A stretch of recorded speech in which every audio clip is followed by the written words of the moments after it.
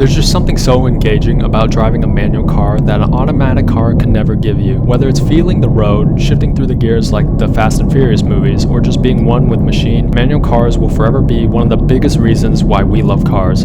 For this video, I wanted to quickly go over 5 JDM cars that should never be purchased in the automatic variant. So before you guys get on my ass for driving an automatic Camaro, I drive that.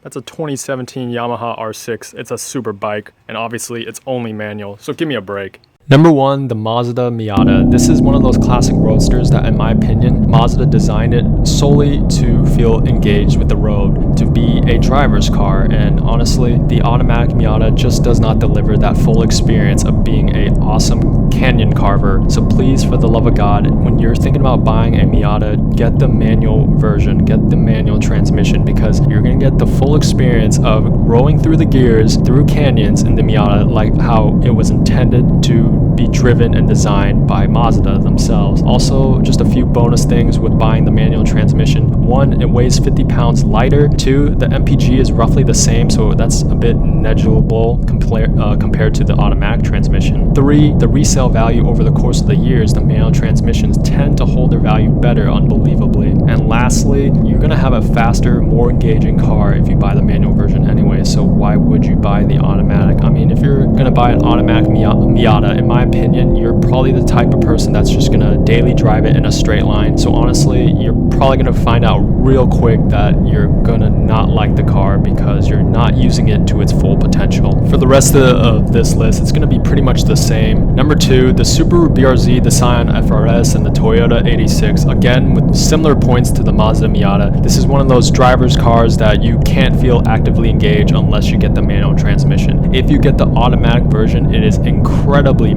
significantly slower. Go to 0 to 60 times and you will see that the automatic transmission variant of the twins just is drastically slower. So 1, if you're gonna get an automatic transmission, you're gonna not utilize the car to its full potential. 2, you're gonna have an even slower car, because the biggest complaint with the twins is that they're a little too slow, even with the manual transmission. So imagine if you had the automatic version, well, then you're gonna be bitching even more. That's just the reality. So please get the manual transmission when you're looking for a BRZ, FRS, or the 86. Number 3, the Mitsubishi 3000 GT, whether it's the base, SL, or VR4 with the turbo. So in my opinion, this is another obvious choice. Do not get the 4-speed automatic because it stands absolutely no chance against the 5 or 6-speed manual transmissions, depending on the year that you get your 3000 GT. 1, obviously you're going to feel the power in every single gear if you get the manual, and 2, it's one of those cars where the manual, even if you tune it, it will just absolutely destroy the automatic of its time. This is one of those JDM 90s heroes that honestly will retain its value for many years to come, especially if you have the manual version. Number 4, the S Chassis Nissans, whether it's the S13, 14, or 15, 180SX, 200SX, 240SX, domestic or import, the Nissan S Chassis is the legendary 90s JDM hero drift car.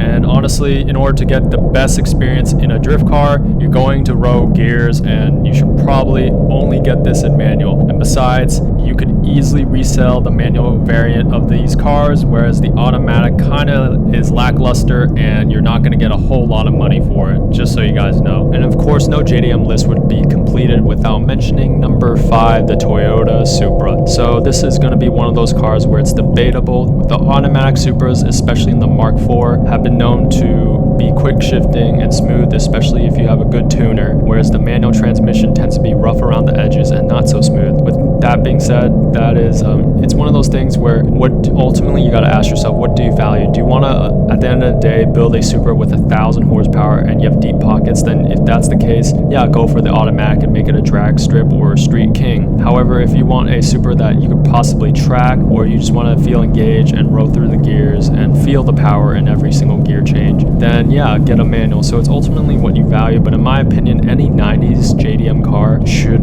only be bought in a manual, especially if it's a car that is either a drift car or known for its power. It's one of those things where it's like manuals are disappearing as is, and the reality is I say enjoy it while it lasts. Alrighty, if you like this video, please give me a thumbs up. Comment in the comment section below if you believe I missed any JDM cars that in your opinion should only be purchased with a manual transmission. Expect more content just like this in the coming days, weeks, weeks and months, so please subscribe. Also check out my brother's channel, Bladed Angel, for more unique, interesting content. Please stay tuned. Peace out.